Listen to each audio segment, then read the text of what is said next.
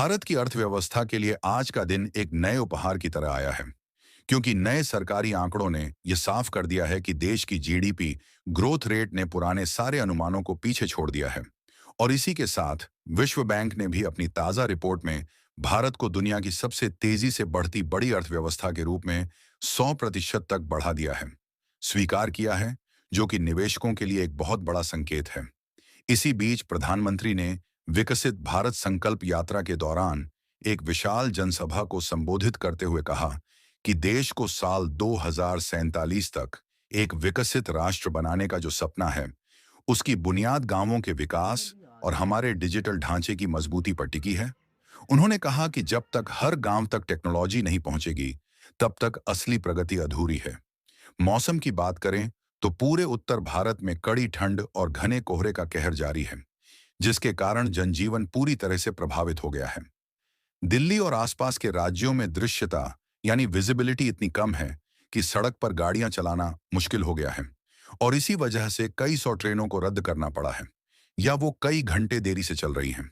वहीं अंतर्राष्ट्रीय हवाई अड्डों पर भी कई फ्लाइटों की उड़ान में देरी हुई है, जिसके लिए मौसम विभाग ने अगले 2 से 3 दिनों तक ऑन-रेंज अलर्ट जारी किया है और लोगों को सावधान रहने की सलाह दी है। विश्व स्तर पर देखा जाए तो जलवायु परिवर्तन यानी क्लाइमेट चेंज को लेकर एक बहुत बड़ा समझौता हुआ है, जिसमें दुनिया भर के बड़े नेताओं ने एक सुर में स्वीकार किया है कि धरती को बचाने के लिए कार्बन एमिशन को साल 2030 तक कम से कम 40% तक कम करना होगा, वरना आने वाली पीढ़ियों के लिए परिस्थितियां भयानक हो सकती हैं। टेक्नोलॉजी की दुनिया में भी आज एक बड़ी हलचल रही, क्योंकि सिलिकॉन वैली की सबसे बड़ी टेक कंपनियों ने आर्टिफिशियल इंटेलिजेंस यानी एआई के सुरक्षित उपयोग के लिए नए और सख्त नियम लागू करने का फैसला किया है, ताकि डीप फेक और गलत जानकारियों के प्रसार को रोका जा सके, जो आजकल एक बड़ी चुनौती बन गया है। खेल जगत की बात करें तो क्रिकेट के मैदान से भारत के लिए अच्छी खबर है,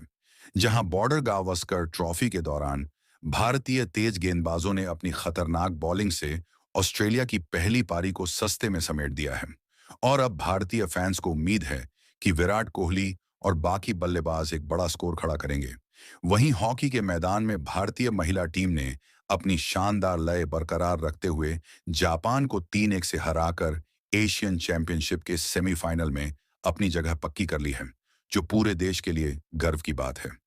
व्यापार जगत में आज शेयर बाजार में उतार चढ़ाव का माहौल रहा, जहां आईटी और फार्मा सेक्टर में भारी बिकवाली के कारण सेंसेक्स और निफ्टी में गिरावट देखी गई, लेकिन बैंकिंग और ऑटो सेक्टर ने बाजार को गिरने से बचाने की कोशिश की। मनोरंजन की दुनिया में एक नई एक्शन फिल्म ने इतिहास रच दिया है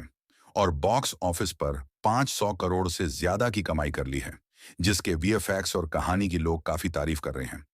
विज्ञान के क्षेत्र में इसरो ने एक बार फिर दुनिया को हैरान करने की तैयारी कर ली है। उन्होंने अपने अगले मून मिशन का ब्लूप्रिंट तैयार किया है,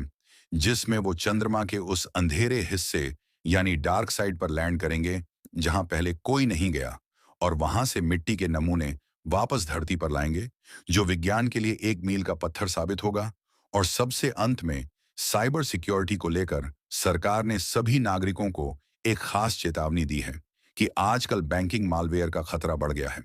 इसलिए किसी भी अनजान व्यक्ति द्वारा भेजे गए लिंक पर क्लिक न करें और अपने पासवर्ड को समय समय पर बदलते रहें, ताकि आपका पैसा और जानकारी सुरक्षित रहे और देश की सुरक्षा में आप भी अपना योगदान दे सकें।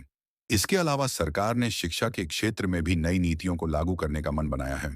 जिससे छात्रों को कौशल विकास के बेहतर अवसर मिलेंगे और आने वाले समय में रोजगार के नए रास्ते खुलेंगे। ऐसी जानकारी के लिए मेरे चैनल को सब्सक्राइब करें। मिलते हैं अगली बड़ी खबर में।